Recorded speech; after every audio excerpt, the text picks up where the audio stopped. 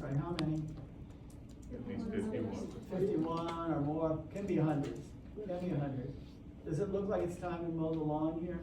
Yeah. I think so. When I look at this, I say, oh, it's time to mow the lawn. Look at all this green stuff growing. Okay, these are hexagons. What do you think that makes them? Carbohydrates. Which one? Okay, would you call this a polysaccharide? Yeah. Yes. Well, then what was our polysaccharide example before? Starch, composed of many glucoses. Would these be many glucoses? Could be. Hexagons, yeah, could be. Okay, so then we gotta have a name for this green stuff growing out here, and it's called the glycocalyx. The green stuff growing out there all together is called glycocalyx. You should know that. And it's a bunch of carbohydrate. And they're specific, when they're specifically on the cell membrane? Ah, good point. Are they on the cell membrane? Yes, but in what way? This one's stuck to a protein. That makes it a glycoprotein. And this one's stuck to a bobby pin, so that makes it a glycolipid. Right. But together, it's called the glycocalyx. These little cell membranes do have a lot of role to play in what comes into the cell, what goes out, especially what comes up and just hangs around. It does matter. Notice the purple blobs. This one goes clear through, it's transmembrane, goes clear through. So does this one. If you're in the membrane, you're integral. If you're outside the membrane, you are peripheral. So these are proteins. And you see they're kind of varied, which is interesting, isn't it? And this one has a channel in it, doesn't it? Does that sound strange? Now remember the little green dots open what? The potassium. Sodium ion, potassium ion. Yeah, they were gated. What was it? Chemically gated, sodium ion, potassium ion channels. This one probably doesn't have any gates. Now it might, but it probably doesn't. This one is probably open 24/7. One needs to get in, but it would certainly be opposed by all these bobby pins. Water. Water. So we're gonna let water come in through here. Give me your name for this water channel. Well, no, because no, it's for water, and they're not ashamed to say it. It's for water. No. You go into a 7-Eleven or another place like that, do people go in there and buy water? Different kinds of water. So what, if you wanted to name one of those bottles of water, what would you name it? What? You're so weird for names on yours. City water. Isn't there something called Aquafina? Why'd they say that? Aqua. Because it's fine water. Fine water is what my guess would be. Okay, but they got aqua in there, didn't they? This got aqua in its name too. What would you call it? Aqua porin. Aqua porin, because water is going to go through it. Aqua porin, okay? So water can go through it. You say, well, that's thoughtful. Water can't get through the bobby pins very well. It tries, but it can't get through very well. But here you got your own water channel in and out. That's pretty neat. So you do have aquaporins in your cell membrane. Okay? And which one was the aqua? It's the one with the channel here and no gates. The water could actually infuse through, yes. You do the green stuff, does Yeah. it like help? Glycocalyx. Does it help the channel get open or closed or just? I think it's just open, period. So this is a device to get things through the membrane, water in particular. Remember the sodium ion, potassium ion, the chemically gated sodium ion, potassium ion channels only let sodium ions and potassium ions through. They get real picky about it, real specific. Okay, this one's specific, it'll let water go through, it's not letting the other stuff go through. And did we learn, like, oxygen just kind of can diffuse? I'm glad, you're ahead of me on this. Let's, go on, you're leading it right on. Any other questions before we do? All right, well, this is kind of, oh, I got more to talk about here. In here's our skeleton. You say, skeleton? How do we get bones in here? We didn't. So what kind of skeleton is this? Cell skeleton, cytoskeleton. How can we build a skeleton for a cell? Macrotubule. Microtubule, or macrotubule, which is it now? Microtubules, yeah. Microtubules, which are the biggest diameter of the strands, or strands, what I'm gonna call it. Microtubules, and do you remember the strands that were not as big a diameter, but they stuck into dense bodies and formed a lattice work? Where was that? Smooth muscle. What did the smooth muscle do with that lattice work? It grabbed it and did the twist. That's how it operated. See, your skeletal muscle cells are not gonna do the twist. They're just gonna contract or relax back out again. But smooth muscle was different. It did a twist. And it needed to hold on to something while it twisted, so it had that lattice work. That's interesting. And the lattice work was made of intermediate filaments stuck into dense bodies. That's how we got the netting around there. Okay? So you learned about intermediate filaments already, right? So you heard about microtubules, intermediate filaments, and there are micro filaments, yeah, all this filament stuff gets twisted. Okay, so microfilaments were actually pitted olives strung together. Actins, yeah. Okay, and they're the smallest diameter. So you got all this in here. Are you impressed, Jeff? You should be impressed, because how did we build the microtubules? I'm just teasing you right now. How did we build it? Who was in there telling you how to build it? Nobody. It just automatically built and came apart again and rebuilt something else. I mean, that's pretty wild that this is all going on. And get a little bit of scale here, size scale. A cell, like a red blood cell, is too small to see with your naked eye. So we assume this one is too. And now what are you talking about? You're talking about little skeletal type factors in here, little filaments. They're way too small to see with your naked eye, and they're doing things. And that's amazing. Nobody's standing there telling them how to do it. They just do it. And they like build and they break apart. It's amazing when you really think about what's going on there. What's amazing is you can't see it, you just have to imagine it. Any questions? So I wanted to show you the cytoskeleton. It's no bones, it's these filament strands. Okay, microtubules, microfilaments, and intermediate filaments. Intermediate's the one that the size is in between the other two. Okay, what's around the outside of the cell? Extracellular fluid. What about the green stuff? Glycocalyx. I'm just going to show you this briefly. You can look at it if you'd like. These are things that go on a cell membrane. And the proteins have something to do with it. Receptors for signals. You can do signals on the cell membrane. You can do enzymes on the cell membrane. That's interesting. You can do cell to cell. Would cells like to recognize each other? Well, they do it by what's on the cell membrane of each one. And they also attach. See all that glycocalyx? That's actually attachments. Okay? So those aren't even being prepared to be used as glucose by the cell, they're a unit? They're not being used for glucose, no.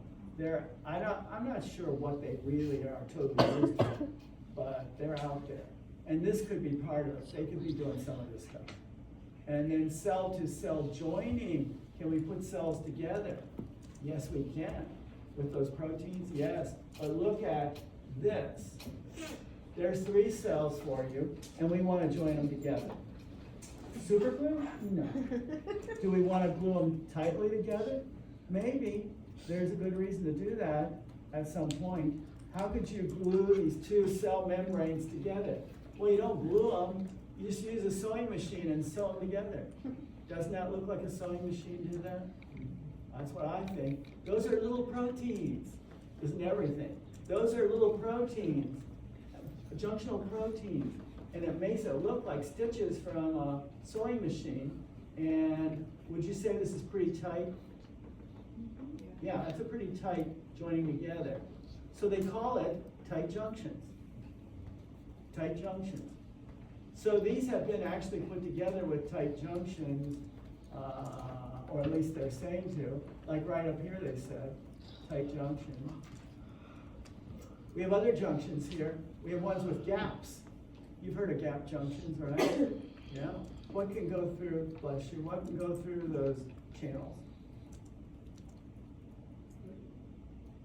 What can go through those channels? Fluid. And so ions could go through. You could have action potentials going through. What does that mean? That means if you have cells connected by gap junctions, the action potential can go through everybody. Where would you want something all to know the same thing at the same time? Muscles can, I'm thinking of particular muscle. Smooth muscle, or cardiac muscle. Cardiac muscle. You don't want part of the heart contracting, part of it here, part of it there. No, it's got to be together. So you use gap junctions to send the signal to everybody that you want to have contract at the same time. Makes sense, doesn't it? And you just send the ions through here. Okay, gap junctions. Are they holding the sides of the cells together? Yeah, they are. They're actually likened to rivets between sheets of metal. Now here we got another kind of junction called desmosomes. And you see the plaque here and the plaque here in these two different cells. And see the strands going out from here. Those are actually intermediate filaments. Intermediate filaments, so that's where you're running into intermediate filaments again. And they go across the cells like rebar. Rebar holds cement together, and these are going out through the cement, only it's not cement. So they work like rebar does to strengthen it, okay? Plaques, rebar, and it's not really rebar, but works like that, intermediate filaments. And look between here, Velcro. What's rebar? The metal in concrete that gives it strength. You know, when concrete starts breaking down, you see the rusted metal in there. Yeah, that's what we're talking about. Okay? Well, this is Velcro. But actually, they're proteins again, linker proteins called cadherins. So they are working like Velcro. All in all, we're getting these cells held together by the desmosomes. Cardiac muscle cells have desmosomes too. Okay, so I just showed you 3 different kinds of junctions. Okay, it says cell junctions. The sad part is there's confusion here. Tell me a junction that has nothing to do with this.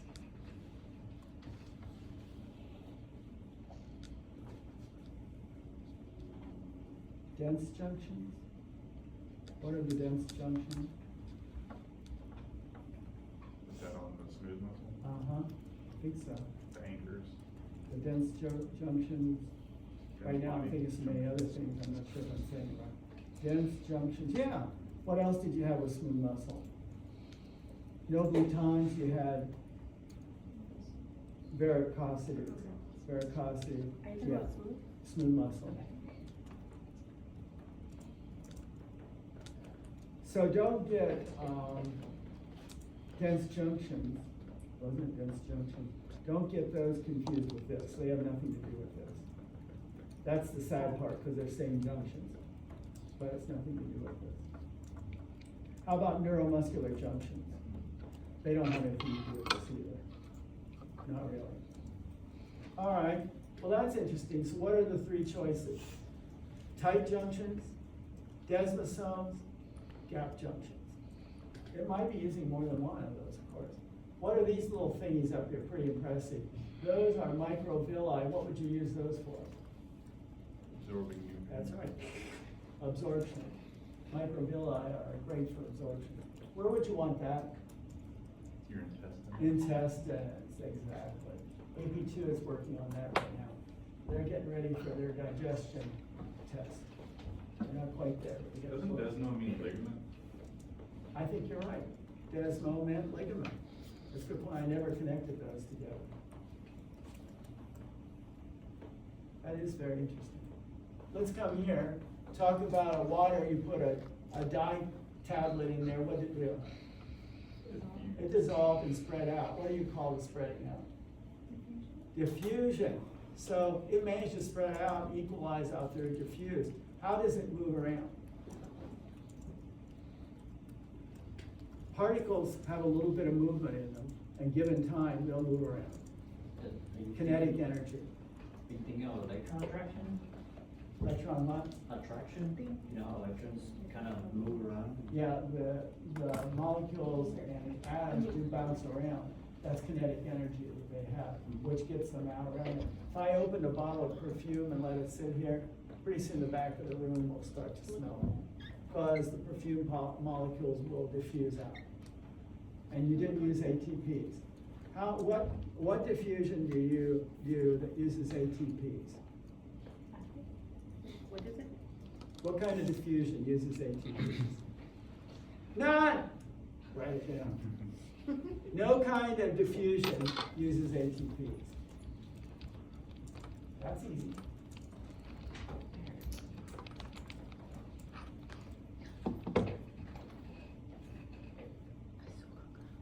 Now, we're looking at the bottom page 70. Bottom page 70. Okay? Here's the phospholipid bilayer. Who does it hate? Water.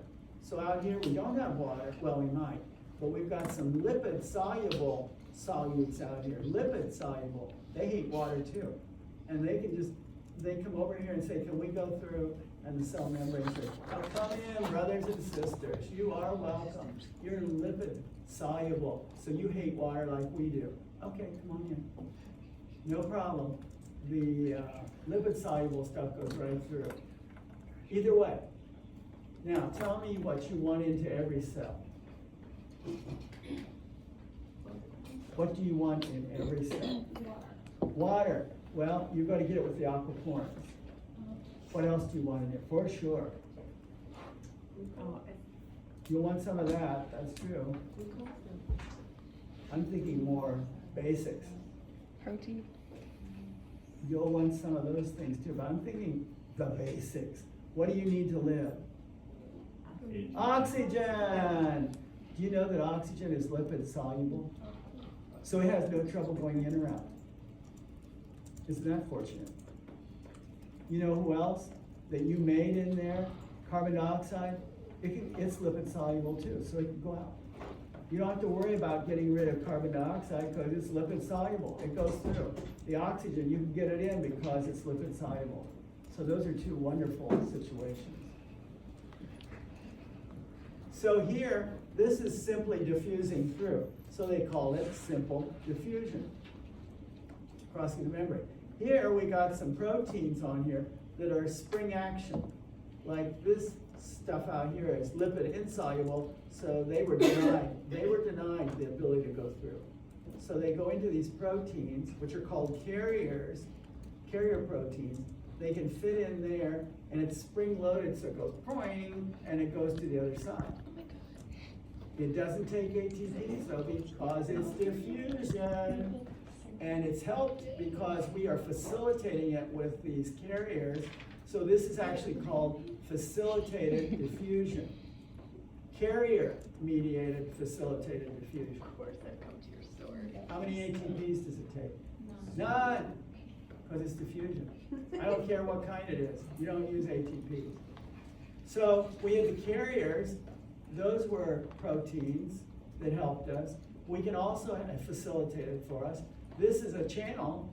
Is that a facilitating structure? Yes. And who can go through? Well, whatever it lets through, but it helps them to get through. So this is facilitated diffusion also, and it's called channel-mediated facilitated diffusion. So you got carrier mediated and you got channel mediated, facilitated diffusion. Can you volunteer to be a facilitator at a conference? Yeah, what would you do? Seminar, conference, what could you do? Pass out programs? Tell people where the bathrooms were, because they're gonna ask if it's not well shown. Tell people when the next showing is. You're facilitators. Well, these channels, these carriers are facilitators. They help you do diffusion, but they help you do it. They're helpers to do that. So this is called facilitated diffusion, facilitated diffusion. This one by carriers, this one by channels. Any questions? We've already run into this. Our little green dots opened up chemically gated sodium ion, potassium ion channels. Those were actually channel mediated facilitated diffusion. That's how the stuff got through, by diffusion, as long as it was open. Over here, you wanna go down Route 4? Look at the Mickey Mouse ears. Okay, that's what I call Mickey Mouse ears, but they're really supposed to be molecules of water. What are the two blue things? Hydrogen's the red, oxygen. So they wanna go in. What do the phospholipids say? Get out of here. Okay, and they don't take no for an answer. Some of them wiggle down through. Okay, but not very many. Instead, they've been offered a lifeline here. This is a what? Aquaporin. So that's actually letting diffusion go on. What is the diffusion of water called? Osmosis. I want to show you the original U-tube. Here's the original U-tube, okay? So we have some water here. You might find it under your sink, okay? And we got water in here, and we have little things in here that we made bigger by red dots, but they're little things. We actually have water in here and a membrane down through here. All right, what kind of membrane? Oh, it's a freely permeable membrane. What does it mean, permeable? It can go through freely. Whoever wants to. Water can go through, and these little red dots are sugar molecules. They can go through too. So they can go back and forth, back and forth. So we have more sugar on this side, guess what happens? They even out. They come to an equilibrium. Because this was a freely permeable membrane, it allows water to go through, and it allows sugar molecules to go through, and they eventually get equated here. Let's come down here and put a different membrane in. This one is not freely permeable, it's selectively permeable membrane. And it says, I will let water come through, but I will not let sugars come through. You're out of luck. So these sugars, we got more on this side, and they're not going through. The waters can, but they can't. Well, look who goes through. The waters. So look what happened. You got a higher fluid level over here than you have down here. What did that?